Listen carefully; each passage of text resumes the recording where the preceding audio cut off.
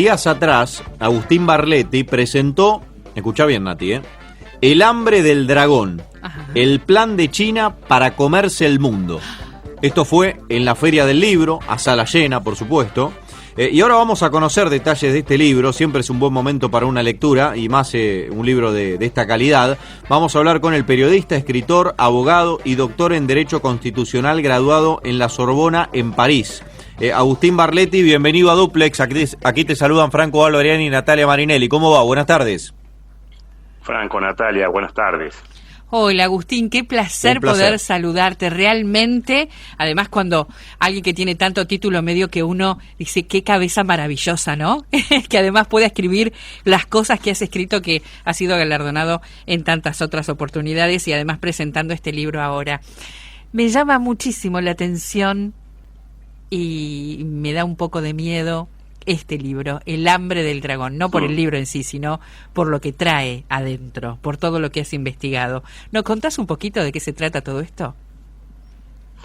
Sí, un poco yo trato de desarmar, un poco armar una tesis en base a muchos casos, a muchos ejemplos que se están dando en el mundo y que muestran que en el caso de China hay como una estrategia.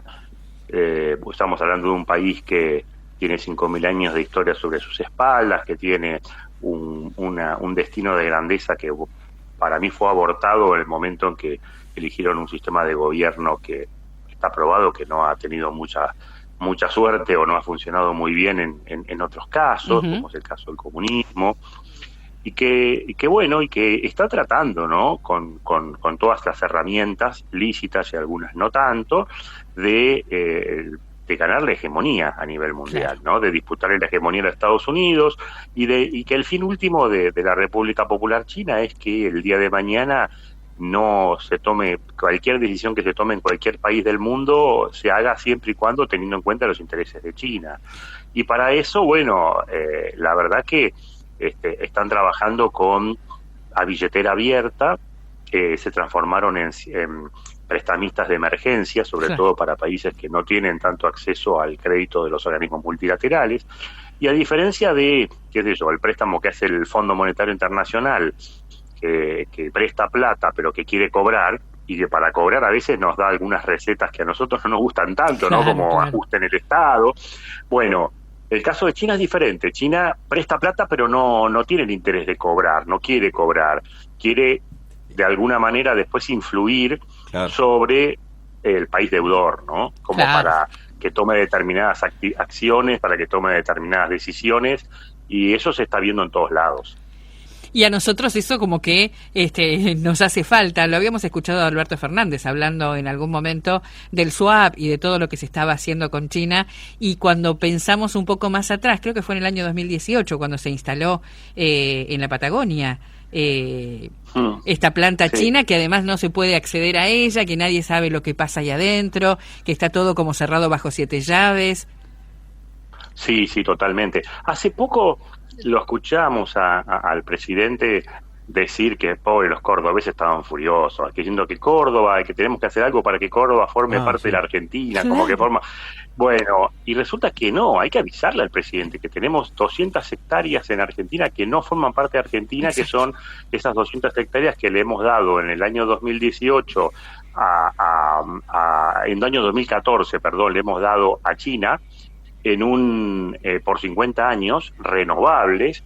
En esas 200 hectáreas, China está manejada por el Ejército Popular de Liberación de China directamente. Ahí funciona una base que según los chinos es de investigación científica, pero nunca lo sabremos porque primero todo lo material que se usó para armar esa base vino en valija diplomática, con lo cual nunca sabemos qué fue lo que trajeron.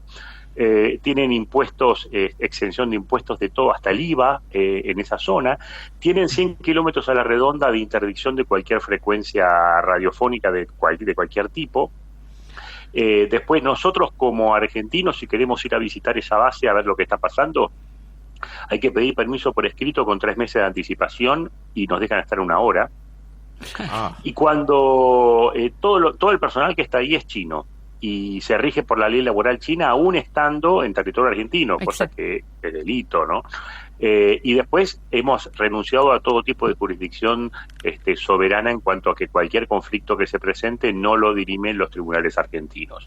Ahora, vamos a hablar de la antena de la base para ver de qué estamos hablando. Ajá. La antena de la base, donde arranca, justamente en la base, tiene 35 metros de diámetro. La altura es equivalente a un edificio de 16 pisos y pesa 450 toneladas.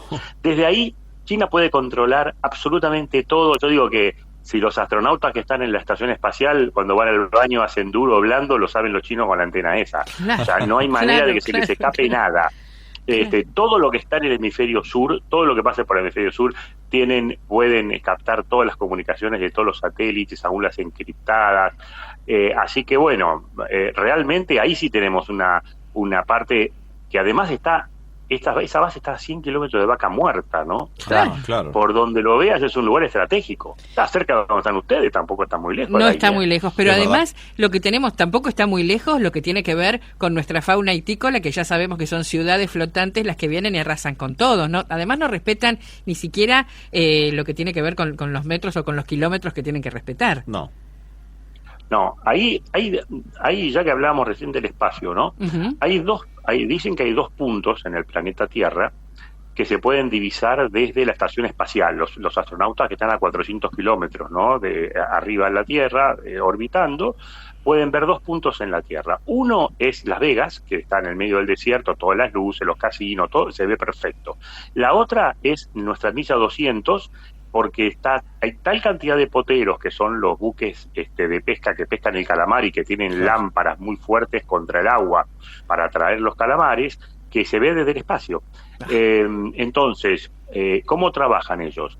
Ellos tienen dos o 3 buques nodriza, factoría grandes, que están un poquito más lejos de la milla 200, y después tienen un ejército de buques que entran, salen, pescan, y pasan toda esa pesca ilegal, la trasladan a un buque que ya está en zona legal, porque es zona internacional, y el buque trabaja como buque factoría. Claro. Estamos hablando de una armada realmente, y ojo que cuando hablamos de las empresas pesqueras, olvidémonos del concepto que conocemos nosotros, qué sé yo, no sé, un armador pesquero, una empresa que juntan capital privado, que van a un astillero, que compran un buque, que se la juegan, que ponen en riesgo su capital. No. Esto es un brazo armado directo del Partido Comunista Chino y del Estado chino. Todas las empresas estatales, todos los barcos están construidos, bancados por el Estado, todos los sueldos de los tripulantes están bancados por el Estado. El mismo Ejército Popular de Liberación de China los ayuda con los satélites para buscar los caladeros. Así que, y además no es que solamente pescan el calamar, sino que es una pesca rastrera que se lleva lo que hay. Todo, si hay lobo marino, si hay todo. Hay especies que están desapareciendo. Claro. Y ojo que esto no es un problema nuestro nomás. Los buques llegan, hacen todo un circuito, de acuerdo a cómo viene el calamar. Primero llegan, se posan enfrente de las Islas Galápagos en Ecuador, patrimonio natural de la humanidad, la han depredado, todo eso. Después se ponen, en realidad empiezan enfrente de México, depredan México, van a Ecuador, después van a Perú, después a la costa chilena, después van por Magallanes y después nos sacan a nosotros. Así que y además eso viene acompañado de tráfico de droga, trabajo, esclavo. El puerto de Montevideo, lamentablemente, nuestros hermanos uruguayos, yo creo que ahí se están equivocando, ¿no? Porque le dan soporte logístico no solamente a estos buques, sino también a la flota inglesa que va a Malvinas, pero más de una vez han encontrado cadáveres de ciudadanos chinos en los muelles, que son tirados ahí. Por supuesto, a nadie reclama nada, nadie pasa. Y bueno, son cosas que pasan ahí en un ambiente complicado, ¿no? Tienen una vida muy particular en cuanto a culturas y a la forma de manejarse en cuanto a sociedad. Son muchísimos y arrasan con todos. Hemos escuchado 1000 veces la frase esa de que los chinos van por todo. Sí, exactamente. Ahora están empezando a tener un problema. Mi libro, en realidad, lo que trata al final de que el lector, después de ver la información aportada, hay como un, por decirlo así, una visión optimista en cuanto a que no van a lograr el objetivo, porque China es el propio régimen chino es el que va a abortar todo, porque es imposible que un país con un régimen autocrático y que es una gran muralla de control, de vigilancia, donde todo el mundo sabe lo que hace cada uno, ese país pueda conquistar un mundo en donde una gran mayoría tiene otros principios, claro. O sea, está apoyado por regímenes democráticos, alternancia en el poder judicial independiente, prensa independiente, libertad de expresión. En China, para que tengamos una idea, dentro de China hay instaladas, miren este número, 540 millones de cámaras de vigilancia, o sea, una cada 3 personas. Es una locura. Gran hermano. Por eso, ahora sumalo a las aplicaciones que en los que está combinada con aplicaciones de celular con inteligencia artificial que tiene cada uno.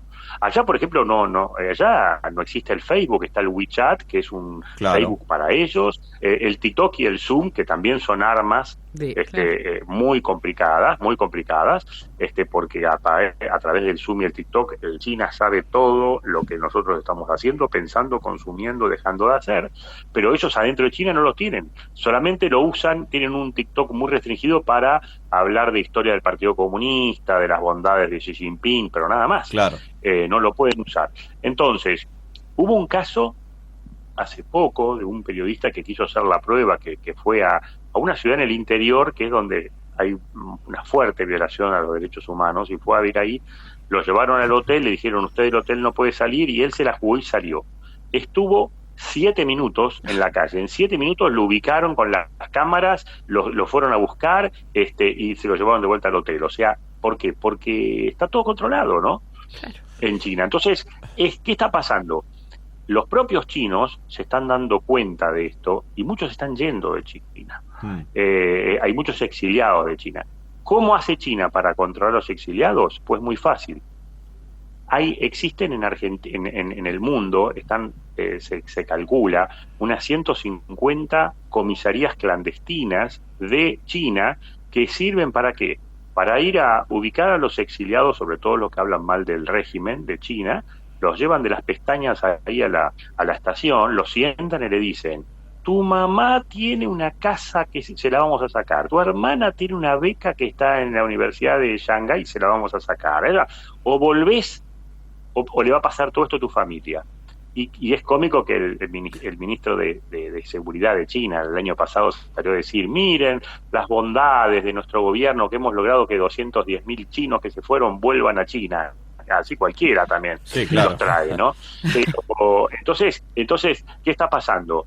Se está dando eso, pero también se está dando una situación que es compleja, que es que ya China está empezando a envejecer la población. Ese tema de que antes que solamente le podían tener un hijo, no, se terminó. No, ahora al contrario, hacen patria los que tengan más hijos, y la gente, como no hay mucha fe, mucha confianza en el país, en lo que está pasando, es como que hay como una suerte de apagón. De hecho, lo que ha pasado es que por ejemplo, la India superó en cantidad de población hoy a China. Y países que son competidores directos como Vietnam, por ejemplo, que está teniendo una revolución económica, están, por ejemplo, China tuvo un problema muy serio por las restricciones de COVID, que fue algo tremendo. Tremendo. En Argentina fue duro porque fue una cuarentena larguísima, en China fue peor. Pero China usó la cuarentena también como una manera de reprimir. Entonces, por ejemplo, una gran fábrica de Apple, de los teléfonos que está en China, a uno de los muchachos se le ocurrió decir, y díganme, me parece que nos podrían aumentar un poquito el sueldo. Chao. Fueron ahí y le dijeron, COVID. ¿Cómo? Acá no hay COVID. COVID. Le cerraron la fábrica, la cercaron, los tuvieron 14 días encerrados adentro, diciendo que había COVID, y dijeron, a ver, ¿alguien se anima a pedir aumento de sueldo? ¿Qué hizo Apple? Está desarmando esa fábrica y la está llevando a Vietnam. Claro. Entonces, todo es ese mismo régimen el que lo va a tumbar y que no va a permitir que China logre el cometido de comerse el mundo. Claro, e igualmente, si uno mira mucho más atrás en el tiempo, no sé, a ver, la invasión en los 50, yo estaba pensando cuando veía el título del libro y te escuchaba hablar en la invasión de China a Tíbet, o el desastre que hacían, porque no les importa, van por todo, las peores torturas son las chinas. Pero vamos a tu libro, porque todo esto que me estás diciendo tiene que estar ahí. Sí, Sí, sí, sí, sí, sí. Después hay un capítulo muy interesante también que es sobre África, que el capítulo arranca diciendo aquel dicho, ¿no? De que cuando uno está saliendo con una chica, que está de novio con una chica que quiere saber cómo va a ser el futuro, tiene que conocer a la suegra, ¿no? A la mamá. Sí. Bueno, esto es lo mismo. Si nosotros queremos saber cómo va a ser el futuro en nuestros países, donde China está penetrando, pero desde hace, no sé, 10 años, 20 años, tenemos que ir a África, porque África hace 40, 50 años en algunos casos que están entrando, y en África han hecho desastres, y ya en África hay manifestaciones anti-China, los están echando a patadas de todos lados, están procesando a chinos en todas las empresas, que son, insisto, empresas estatales, Uh-huh. porque cuando China presta plata no le importa. Si el gobierno del país es legítimo, no es legítimo. Y si es corrupto, mejor, porque es más fácil todavía para mandarle la plata. Entonces, por ejemplo, a ver, un caso emblemático en Sri Lanka, la ex Ceilán, ¿no? Ellos tenían un puerto que funcionaba bárbaro y fueron los chinos y le dijeron, te prestamos 1.200 millones para hacer otro puerto acá. Y los de Sri Lanka le dijeron, mirá, me parece que no conviene porque por ahí no hay una ruta marítima. No, pero lo vamos a hacer, qué sé yo. No, mejor no, dale. Bueno, le prestaron la plata, por supuesto que el gobierno corrupto arreglaron para darle la plata, terminaron todos procesados por eso, y le hicieron el puerto. Uh-huh. Pasaron 2 años y no pasaba un barco, porque efectivamente no era una ruta para barcos. Claro. Y entonces los chinos fueron y dijeron, bueno, quiero cobrar. No te voy a pagar si no hay repago por el puerto. Bueno, está bien, no me pagues, dame el puerto a 99 años, que yo te perdono la deuda. Y los de Sri Lanka dijeron, ¿sabes qué? Te lo doy con moñito al puerto, si no sirve. ¿Qué está haciendo ahora China ahí? Una base militar para el Ejército Popular, la Marina y la Infantería Marina. Sí. Entonces, desde el primer día estaba pensado que lo iban a hacer así. Hacen ahora, un trabajo. Uno dice, Sri Lanka, no, pero dice, hoy Sri Lanka en la otra punta del mundo. No, perdón. En el puerto de Buenos Aires, que tenemos 3 terminales, una terminal está en manos de Hutchinson, que es una empresa de Hong Kong. Es una terminal que hace 3 años que no va un solo barco y los chinos siguen pagándole el sueldo a los 500 empleados que hay ahí y siguen pagando el canon. No nos asustemos si dentro de un tiempito de tantos swap que nos dan los chinos nos digan, ¿saben qué? Le perdonamos tanta plata y denos a 99 años la terminal esta, claro, y tenemos una base militar con buques chinos a 20 cuadras de la Casa de Gobierno. Claro. Esto no solamente sucede al margen de lo que estás contando, que da escalofríos, que está sucediendo en todos lados. Ahora, ¿hay alguna alerta a alguien? Porque Estados Unidos, me acuerdo que Trump se había enojado cuando el globo ese aerostático había andado deambulando ahí por el Pentágono. Creo que en Canadá también había sucedido algo parecido. La alerta tiene que estar encendido, ¿no? Sí. El alerta se encendió primero con la pandemia, porque con la pandemia se dieron cuenta lo dependientes que eran todos de China, cuando China cerró todo, y ahí hubo como a nivel bloque, ¿no? De parte de Estados Unidos y de Europa, se sacaron el pijama, pues estaban todos dormidos, claro, y reconocieron que eso es lo importante, porque a veces cuando uno reconoce su error, lo primero que necesita para cambiar. Tanto Estados Unidos como Europa reconocieron lo ingenuos que habían sido, de haber pensado que lo de China era solamente un tema económico, de inversión en distintos países, pero no era un tema geopolítico. Y a partir de ahí están poniendo frenos por todos lados. O sea, por ejemplo, quisieron comprar el puerto de Hamburgo, que es el puerto más importante del norte de Europa, y le limitaron la compra al 25% del capital accionario y con una acción especial que no le permite sentarse en el directorio a decidir. Después, por ejemplo, en Holanda funciona la única fábrica del mundo que hace una parte esencial del componente de los chips, los microchips, claro, que son los semiconductores. El que maneja eso va a manejar el mundo. Tenían un acuerdo con China para proveerlos y por presiones de la Unión Europea y de Estados Unidos, Holanda se dio vuelta y le dijo a China, rescindo el contrato y solamente le vendo a Europa y Estados Unidos, con lo cual retrasó en China, le hace retrasar en esa carrera por lo menos 2-3 años, que es casi la diferencia entre la vida y la muerte, ¿no?